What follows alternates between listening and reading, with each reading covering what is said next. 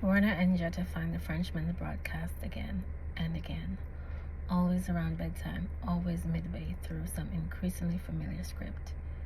Today, let's consider the whirling machinery, children, that must engage inside your head for you to scratch your eyebrow.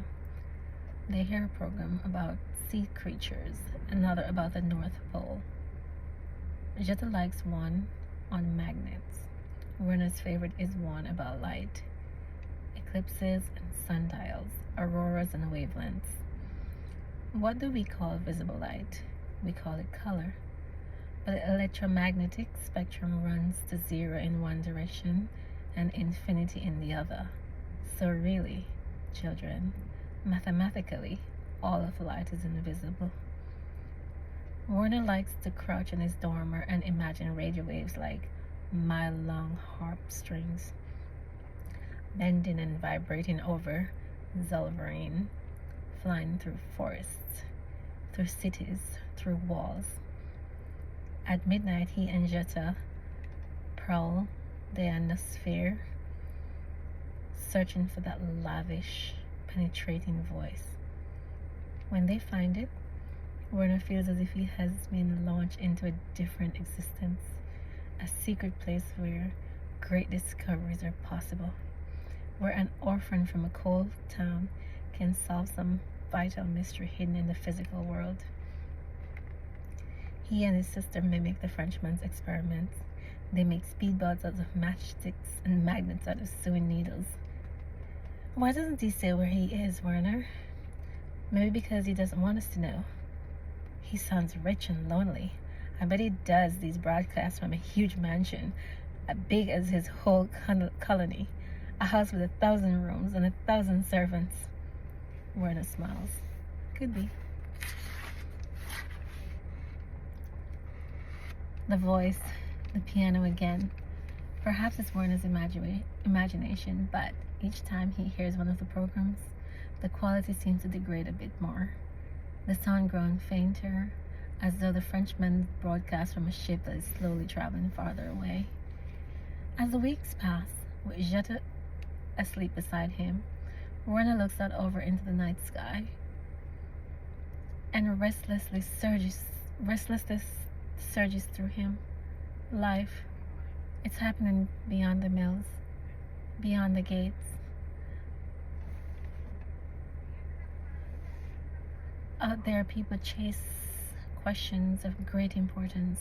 He imagines himself as a tall, white-coated engineer striding into a laboratory. Cauldron steam, machinery rumbles, complex charts paper the walls. He carries a lantern up a winding staircase to a starlit observatory and looks through the eyepiece of a great telescope, its mouth pointed into the black. Fade. Maybe the old tour guide was off his rocket. Maybe the sea of flames never existed at all. Maybe curses aren't real. Maybe her father is right. Earth is all magma and continental crust and ocean, gravity and time. Stones are just stones, and rain is just rain, and misfortune is just bad luck. Her father returns to the key pound early in the evenings. Soon he is taking Marie-Laure along on various errands again, teasing her about the mountain of sugar she spoons into her coffee, or bantering with Wardens about the superiority of his brand of cigarettes. No dazzling new gemstones goes on exhibit. No plagues rain down upon the museum employees. Marie-Laure does not succumb to snakebite or tumble into a sewer and break her back. On the morning of her 11th birthday, she wakes to find 2 new packages where the sugar balls should be.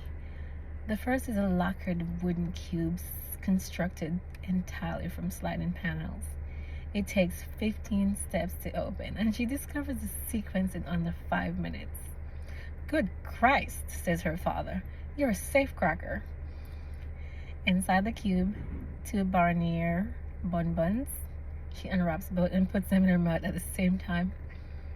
Inside the second package, a fat stock of pages with Braille on the cover. 20,000 leagues under the sea. The bookseller says it's in 2 parts, and this is the first. I thought that next year, if we keep saving, we can get the second. She begins that instant. The narrator, a famed marine biologist named Pierre Aronnax, works at the same museum as her father. Around the world, he learns ships are being rammed one after another. After a scientific expedition to America, Aronnax ruminates over the true nature of the incidents. Are they caused by a moving reef? A gigantic horned narwhal? A mythical kraken? But I am letting myself be carried away by reveries, which I must now put aside, writes Aronnax. Enough of these fantasies. Phantasies.